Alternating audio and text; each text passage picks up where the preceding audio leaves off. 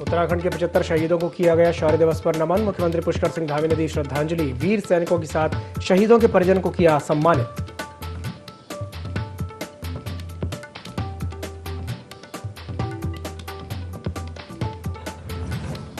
दिल्ली से लौटे मुख्यमंत्री धामी ने दौरे को बताया खास। कहा, दिल्ली प्रवास के दौरान कई केंद्रीय मंत्रियों से हुई प्रदेश के विकास पर चर्चा।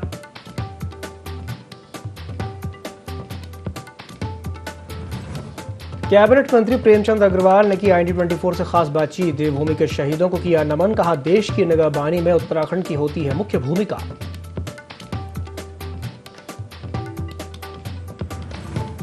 कांग्रेस ने किया ईडी की जांच को लेकर केंद्र सरकार के खिलाफ सत्याग्रह। कांग्रेस प्रदेश अध्यक्ष ने बीजेपी पर साधा निशाना। कहा, जिस मामले में मिल चुकी है क्लीन चिट, उस पर जबरन खेला जा रहा है खेल।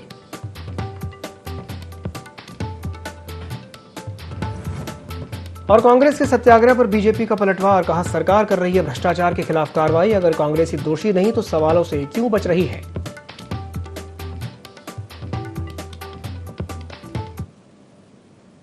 नमस्कार, देवभूमि लाइव में आपका स्वागत है। मैं हूं आपके साथ दिव्यांशु जोशी। कारगिल विजय दिवस पर उत्तराखंड के सीएम पुष्कर सिंह धामी ने शहीद स्थल पहुंचकर शहीदों को श्रद्धांजलि दी।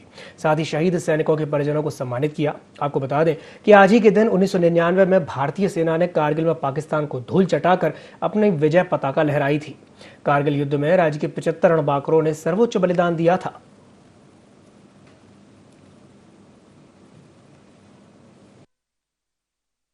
मैं धन्यवाद करता हूं अपने पूर्वजों को, अपने उन शहीदों को, उनकी माताओं को, उनकी बहनों को, उनकी बेटियों की, उनकी जो पत्नियां हैं, उनके बच्चों को, सबको जो जिन्होंने अपना पुत्र, अपना बेटा, अपना पति खोया है, उसके लिए मैं उनको बार बार जय हिंद, जय हिंद, जय हिंद, जय बजरंग विशाल, जय बजरंग विशाल, जय बजरंग, बोलो भारत माता की जय। उत्तराखंड में 23वां शौर्य दिवस बड़ी ही धूमधाम से मनाया गया। मुख्यमंत्री पुष्कर सिंह धामी ने आज कारगिल दिवस के मौके पर जो 75 जवान उत्तराखंड के शहीद हुए थे, उनको आज श्रद्धा सुमन अर्पित किए हैं। उनके अलावा जो भूतपूर्व सैनिक थे और कई सैन्य अधिकारी यहाँ मौजूद थे, उन्होंने भी आज उन शहीदों को नमन करते हुए उनको श्रद्धांजलि दी है। और जिस तरीके से आज मुख्यमंत्री ने साफ तौर पर यह ऐलान किया है कि जो भी पूर्व सैनिक है, जो भी शहीद जो सैनिक हैं, उनके परिजनों के लिए सरकार हमेशा साथ खड़ी रहेगी। साथ ही उन्होंने वित्त मंत्री को यह निर्देशित भी किया है कि अगर कहीं पर वित्त की जरूरत पड़ती है तो उसको लेकर भी योजनाएं बनाई जाए। देहरादून से कैमरा पर्सन मयूर उपाध्याय के साथ IND24 के लिए कैलाश बेस। देहरादून में कारगिल विजय दिवस को शौर्य दिवस के रूप में मनाया गया। वहीं शहीद स्मारक में सैनिक कल्याण निदेशालय की ओर से कार्यक्रम का आयोजन भी किया गया। इस कार्यक्रम में मुख्य अतिथि के रूप में सीएम पुष्कर सिंह धामी मौजूद रहे। आपको बता दें कि कारगिल की वीर गाथा उत्तराखंड के सपूतों के बिना अधूरी है। वर्ष 1999 में हुए कारगिल युद्ध में 75 वीर योद्धाओं ने अपना सर्वोच्च बलिदान दिया था। वहीं विजय दिवस के मौके पर 36 शहीद परिवार और कारगिल पदक प्राप्त विजेताओं को सीएम धामी ने सम्मानित किया और उनके पांव भी छुए। इस दौरान सीएम धामी ने कहा कि शहीदों के परिजनों के लिए सरकार हर सुविधा देने के लिए तैयार है।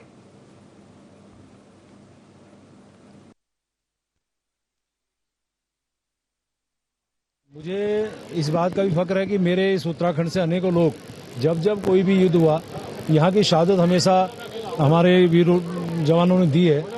आज मैं उन तमाम शहीदों को नमन कर रहा हूँ। और माननीय मुख्यमंत्री ने जिस प्रकार से इस सैन्य पृष्ठभूमि के होने के बाद हमारे सैनिकों के लिए, हमारे पूर्व सैनिकों के लिए जो एक सौगात दी है, मैं उनका धन्यवाद कर रहा हूँ। और सभी माननीय जितने भी हमारे परिजन हैं अपने शहीदों के, उनके चरणों में शत शत नमन कर रहा हूँ। वीरांगनाओं के चरणों में शत शत नमन कर रहा हूँ। और निश्चित रूप से कह सकता हूँ कि जैसा हमारे यहाँ की एक देवभूमि के साथ इसे हम वीरों की भूमि के रूप में जानते हैं, और ये सैनिक पृष्ठभूमि होने के नाते ये हमारे वीरों की भूमि कही जाती है। मैं सबको प्रणाम कर रहा हूँ, नमन कर रहा हूँ। कारगिल विजय दिवस के अवसर पर मैं कारगिल के सभी शहीदों को नमन करता हूँ कि उनके शौर्य और पराक्रम से हमको कारगिल जैसी जो असंभव लगने वाली विजय, उसमें उन्होंने हमारे देश की रक्षा के लिए अपने प्राणों का बलिदान किया। हमारी सेना ने अदम्य साहस और वीरता का परिचय दिया और भारत का एक नया इतिहास लिखा, दुनिया का एक नया इतिहास लिखा। हम उन सभी को नमन करते हैं। उत्तराखंड के भी, उत्तराखंड जहां हमारी वीर भूमि है, हमारी सैनिक भूमि है, इस भूमि से भी 75 रणबांकुरों ने, 75 वीरों ने अपने प्राणों का बलिदान दिया। आज हम उन सभी को नमन करते हैं, उनके वीरांगनाओं को, उनके पारिवारिक जनों को। उत्तराखंड के सीएम पुष्कर सिंह धामी दिल्ली दौरे से लौट आए हैं। दौरे के दौरान सीएम धामी हर 3 महीने में होने वाली मुख्यमंत्री परिषद की बैठक में शामिल हुए। वहीं कई केंद्रीय मंत्रियों से भी उन्होंने मुलाकात की। सीएम धामी ने कहा कि बैठक में प्रदेश से जुड़े तमाम अहम बिंदुओं पर चर्चा हुई है। सीएम ने कहा कि बैठक में अगले 10 साल का रोड मैप भी तैयार किया गया है। अगले 5 वर्षों में राज्य के बजट को दोगुना किया जाएगा। राज्य की 25वीं वर्षगांठ यानी साल 2025 का विजन पहले ही तय किया जा चुका है।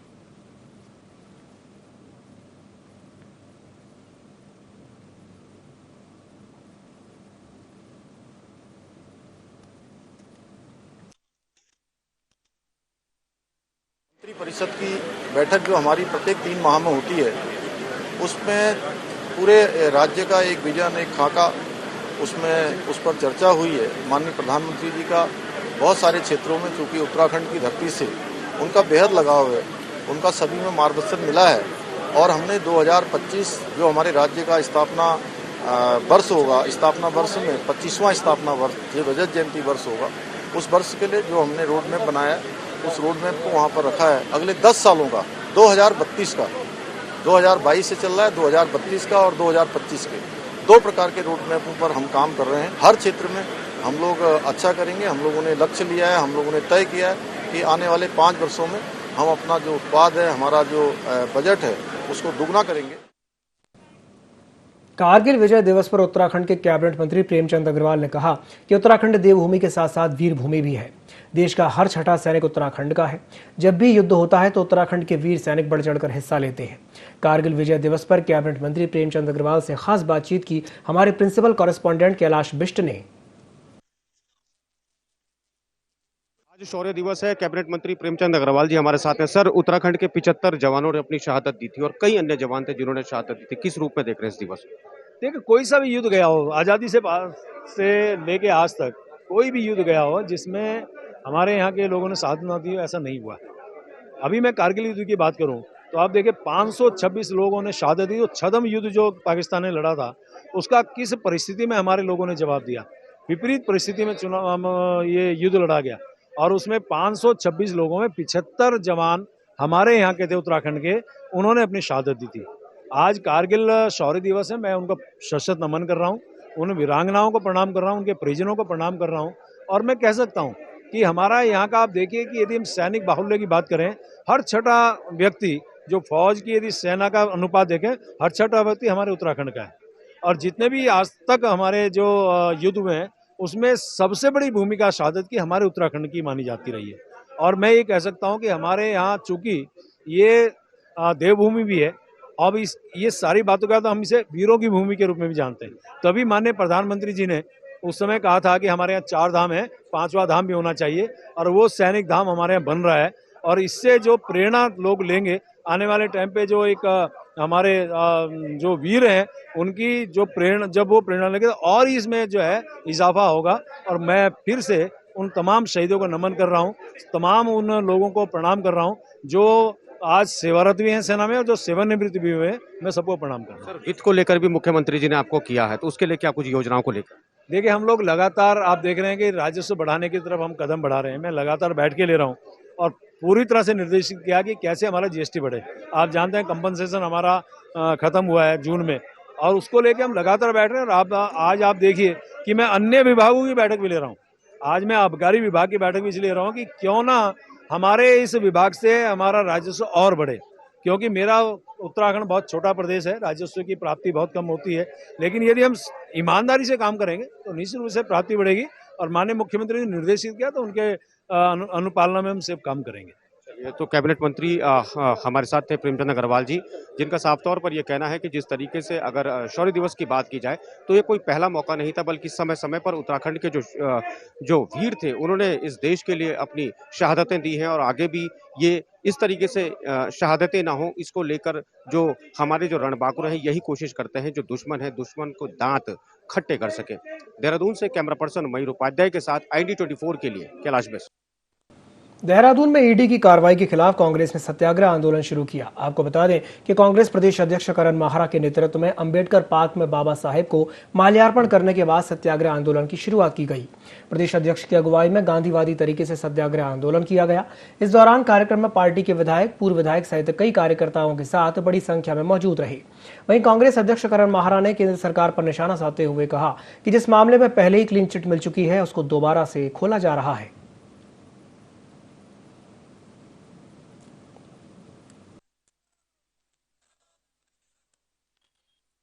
हम लोग ये जो आज का सत्याग्रह है इसको जनता को अवेयर करने की नज़र में कर रहे हैं, क्योंकि इस समय बीजेपी जिस तरीके से संविधान संस्थाओं का इस्तेमाल विपक्ष की आवाज़ को दबाने के लिए और विपक्षियों को डराने के लिए कर रही है। हम चाहते हैं कि भारत की आवाम इस बात को समझे कि भारतीय जनता पार्टी किस कदम पर चल रही है। केवल राहुल गांधी और सोनिया गांधी जी अमित शाह और मोदी के खिलाफ बोल रहे हैं, इसलिए एक मृत केस को दोबारा पुनर्जीवित करके जिस तरीके से ईडी में उनको प्रताड़ित करने की कोशिश करी जा रही है, हम भारत की संपूर्ण जनता को उसके लिए जागरूक करना चाहते हैं कि भारतीय जनता पार्टी लोकतंत्र की हत्या करने पर उतारू है। ईडी जिस केस में पूछताछ कर रही है, पूर्व में जो है इस पर क्लीन चिट दी गई है, लेकिन सोनिया जी, राहुल जी और कांग्रेस की आवाज लगातार सरकार के विरोध में उठ रही है। इस आवाज को दबाने के लिए सत्ता में बैठे हुए लोगों ने ईडी के माध्यम से हमारे नेताओं का उत्पीड़न करने का दुस्साहस किया है। इसलिए पूरे देश के अंदर कांग्रेस जनता सड़कों पर उतर करके संघर्ष करने का काम। चंपावत और लोहाघाट में कारगिल विजय दिवस धूमधाम के साथ मनाया गया। डीएम नरेंद्र सिंह भंडारी ने शहीद स्मारक में शहीदों को श्रद्धांजलि दी और देश की सुरक्षा के लिए अपनी जान को न्यौछावर करने वाले जवानों को याद किया। इसके साथ ही शहीदों के परिजनों को सम्मानित किया गया। इस मौके पर एनसीसी कैडेट्स को छात्राओं के द्वारा नगर में रैली भी निकाली गई। लोहाघाट में हुए इस कार्यक्रम में नगर पालिका अध्यक्ष गोविंद वर्मा, पूर्व नगर पंचायत अध्यक्ष लता वर्मा के द्वारा कार्यक्रम का शुभारंभ करते हुए शहीद स्मारक में शहीदों को पुष्प अर्पित करके उनके द्वारा देश के लिए दिए गए सर्वोच्च बलिदान को याद किया गया। कार्यक्रम में कई पूर्व सैनिक शामिल हुए और उनके परिजन भी शामिल हुए।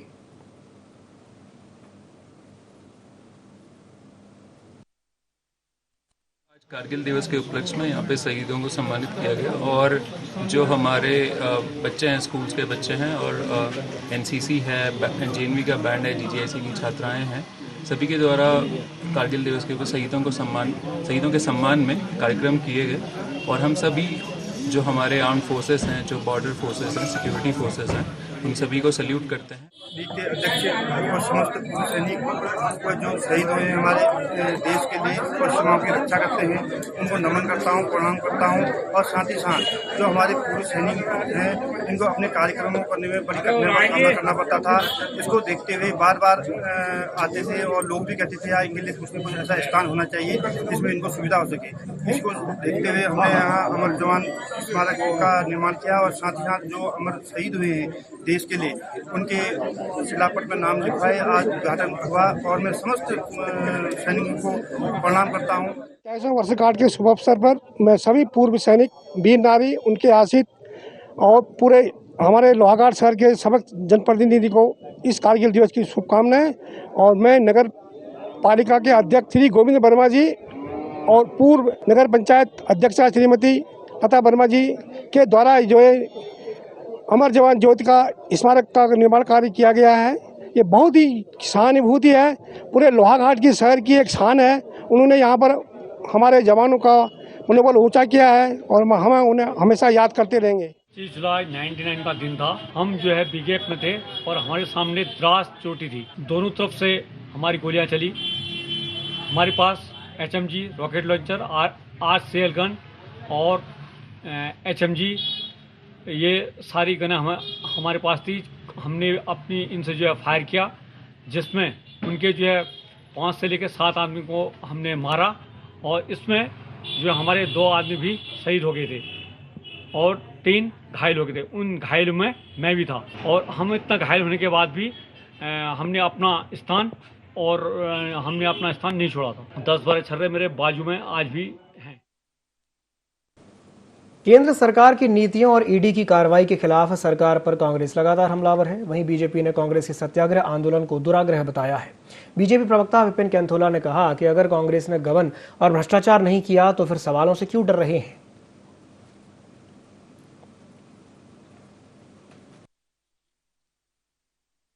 भ्रष्टाचार और गबन को लेकर के सवाल तो कांग्रेस के जो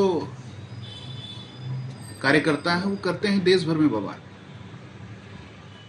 आज अगर जो आप साफ हो, आपने गबन नहीं किया है, तो आप क्यों बच रहे हो सवालों से? आपको सवालों के जवाब देने चाहिए। और ये सत्याग्रह नहीं, ये दुराग्रह है। देश के अंदर जिस प्रकार से कांग्रेस आज दुराग्रह कर रही है, उसको देश की जनता भी देख रही है और देश की जनता समझ भी रही है कि सवालों से बचने के लिए, अपने जवाब न देना पड़े उससे बचने के लिए, देश के अंदर पूर्वाग्रह से ग्रसित राजनीति, दुराग्रह की राजनीति कांग्रेस कर रही है। देश की जनता इन्हें माफ करने वाली नहीं है। जनपद उधम सिंह नगर के जसपुर में बीते रोज व्यापार मंडल के द्वारा प्रेस वार्ता करके सेल्स टैक्स विभाग के खिलाफ नाराजगी व्यक्त की गई, जिसमें जसपुर व्यापार मंडल के द्वारा अपनी मांगों को लेकर मुख्यमंत्री के नाम उप जिलाधिकारी को ज्ञापन सौंपा। व्यापार मंडल अध्यक्ष के मुताबिक जीएसटी के अधिकारियों के द्वारा सर्वे के नाम पर व्यापारियों का उत्पीड़न किया जा रहा है, जो कि बर्दाश्त नहीं किया जाएगा। इसी के लिए व्यापार मंडल के द्वारा मुख्यमंत्री के नाम एक ज्ञापन दिया गया है। वही अगर ज्ञापन का संज्ञान नहीं लिया जाता है तो जीएसटी विभाग का पुतला दहन किया जाएगा और बंद का आह्वान किया जाएगा।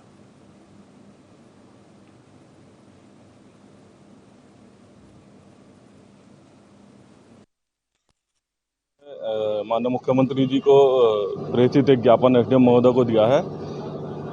ये इस संबंध में दिया है कि जो जीएसटी के अधिकारियों द्वारा व्यापारियों का उत्पीड़न किया जा रहा है, सर्वे के नाम पे उन्हें परेशान किया जा रहा है। आज व्यापारियों के अंदर रोष भी है और भय का माहौल भी है। हम व्यापार मंडल पूरा जसपुर ना हम उनको उत्पीड़ित होने देंगे और ना ही उनको हम परेशान होने देंगे। आज हमने ये ज्ञापन मुख्यमंत्री जी को दिया है। अगर वो इसका संज्ञान लेते हैं तो अच्छी बात है, नहीं लेते हैं तो हम परसों को जीएसटी का पुतला दहन करेंगे और प्रदेश व्यापी बंद का आह्वान करेंगे। मंडल ने मुझे ज्ञापन दिया हुआ है जिसमें कि जीएसटी सर्वे को बंद करवाने की मांग की गई है माननीय मुख्यमंत्री जी से। अभी मैंने ज्ञापन लिया है और मैं इसको आज ही जिलाधिकारी महोदय को प्रेषित कर दूंगी और उसके बाद वो जहाँ पर है वहाँ चला जाएगा और उम्मीद है कि नियमानुसार कार्रवाई की जाएगी।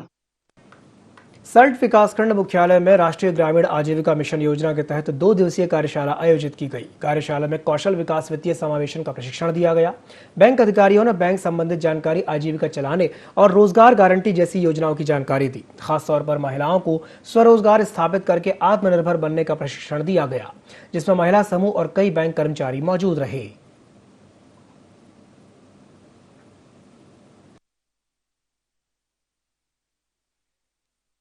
ग्रामीण आजीविका मिशन के अंतर्गत पूरे विकास खंड के 35 समूहों एवं 8 संगठनों, एक CLF का वो 2 दिवसीय कौशल विकास अभिमुखीकरण एवं वित्तीय समावेशन का प्रशिक्षण दिया गया, जिसमें विकासखंड स्तरीय अधिकारी, कर्मचारी एवं बैंक स्तरीय अधिकारी उपस्थित रहे और उन्होंने बैंक संबंधी जानकारी उपस्थित सभी सदस्यों को दी एवं खंड विकास अधिकारी द्वारा सभी को रोजगार गारंटी, रोजगार के संबंध में और महिलाओं के आजीविका के संबंध में विस्तार से बताया गया। कारगिल विजय दिवस के मौके पर retired lieutenant general Gurmeet Singh ने कारगिल युद्ध में शहीद हुए वीर सैनिकों को श्रद्धांजलि दी। देहरादून के गढ़ी कैंट में बने लाल गेट पर कारगिल युद्ध के शहीदों को श्रद्धांजलि दी गई। इस दौरान आर्मी के कई अधिकारी भी मौजूद रहे। आपको बता दें कि कारगिल दिवस को आज देश भर में शौर्य दिवस के रूप में मनाया जा रहा है। उत्तराखंड में भी कारगिल युद्ध में 75 वीर जवानों ने अपनी शहादत दी थी। उसी शहादत को याद करते हुए राज्यपाल ने कहा कि मेरी सरकार प्रदेश के हर सैनिक के लिए बेहतर काम कर रही है। उन्होंने सभी सैनिकों और उनके आश्रित परिवारों को आश्वस्त किया कि यदि किसी भी सैनिक को या उसके परिवार को कोई दिक्कत है तो उसके लिए राजभवन के दरवाजे हमेशा खुले हैं।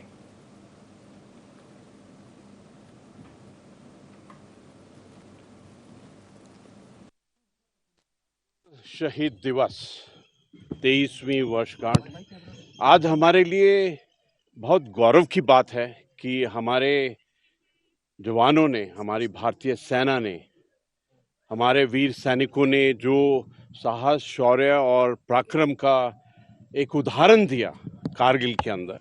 अगर आप कारगिल को देखते हैं तो बहुत ही दुर्गम इलाका है, हाई एल्टीट्यूड है, मौसम भी बहुत खराब रहता है और जो धोखा पाकिस्तान ने दिया था और स्थिति बिल्कुल अनुकूल नहीं थी, लेकिन इन सब के बावजूद जो कारगिल में जो बटालिक और टोलोलेंग, टाइगर हिल, .53535140.4590 वो सब याद दिलाती हैं उन 527 वीर जवानों की जिन्होंने अपनी धरती के लिए, अपने राष्ट्र के लिए अपने प्राणों की आहुति दी और उन्होंने ऐसी एक डिसिसिव मिलिट्री इख्तियार की जो सबके लिए उदाहरण है। चमोली पुलिस के द्वारा जगह जगह तीर्थयात्रियों को जूस पिलाने का कार्य किया जा रहा है, जिसके बाद चारधाम यात्रा पर आए श्रद्धालुओं ने चमोली जोशीमठ पुलिस की तारीफ की है। उनका कहना है कि उत्तराखंड की पुलिस सही में मित्र पुलिस है। चारधाम यात्रा पर आए सहारनपुर के बबलू का कहना है कि पहली बार बद्रीनाथ धाम की यात्रा पर आए हैं। जोशीमठ पुलिस के द्वारा रास्ते में तीर्थयात्रियों को जलपान कराया जा रहा है, जो कि एक अच्छी पहल है।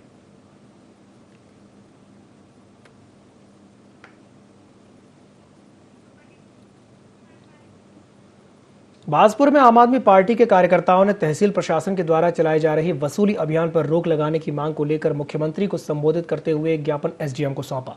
इसके साथ ही आम आदमी पार्टी के कार्यकर्ताओं ने वसूली कार्य पर रोक नहीं लगाए जाने पर आंदोलन की चेतावनी दी है। आपको बता दें कि बाजपुर के एसडीएम कार्यालय में आम आदमी पार्टी के कार्यकर्ता आप पार्टी के वरिष्ठ नेता जगतार सिंह बाजवा के नेतृत्व में एकत्रित हुए, जहां आम आदमी पार्टी के कार्यकर्ताओं ने तहसील प्रशासन के द्वारा किसानों से की जा रही आरसी की वसूली पर रोक लगाए जाने की मांग की है। वरिष्ठ नेता जगतार सिंह बाजवा ने कहा कि तहसील प्रशासन के द्वारा किसानों का उत्पीड़न करते हुए ऋण वसूली का दबाव बनाया जा रहा है। उन्होंने कहा कि अभी तक सरकार के द्वारा किसानों को धान की फसल का भुगतान भी नहीं किया गया है।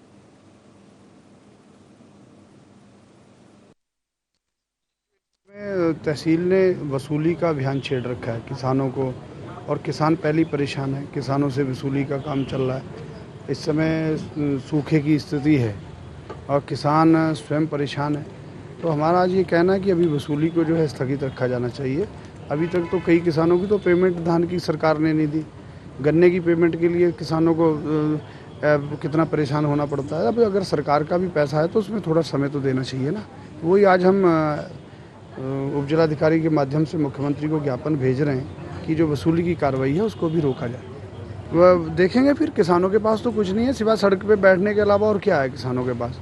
इस समय पता नहीं क्या कैसे अपना समय पास कर रहे हैं। तो जो भी धरना प्रदर्शन जो भी करने का रहेगा, अगर सरकार इस पर नहीं सुनवाई करती है तो वही कदम उठाए। देहरादून में स्वतंत्रता दिवस की तैयारियों को लेकर के एक समीक्षा बैठक की गई। आपको बता दें कि जिलाधिकारी सोनिका और वरिष्ठ पुलिस अधीक्षक दिलीप सिंह कुंवर की संयुक्त अध्यक्षता में इस बैठक का आयोजन किया गया। बैठक में बताया गया कि सभी शासकीय कार्यालयों में तिरंगा फहराया जाएगा। इस दौरान जिलाधिकारी ने सभी विभागों के अधिकारियों को निर्देशित भी किया और कहा कि मुख्य चौराहों पर लाउड स्पीकर के माध्यमों से देशभक्ति के गीत चलाए जाएं। वहीं 13 से लेकर 15 अगस्त तक हर घर तिरंगा अभियान के तहत घरों में तिरंगा लगाने के लिए प्रेरित करने के भी निर्देश दिए गए।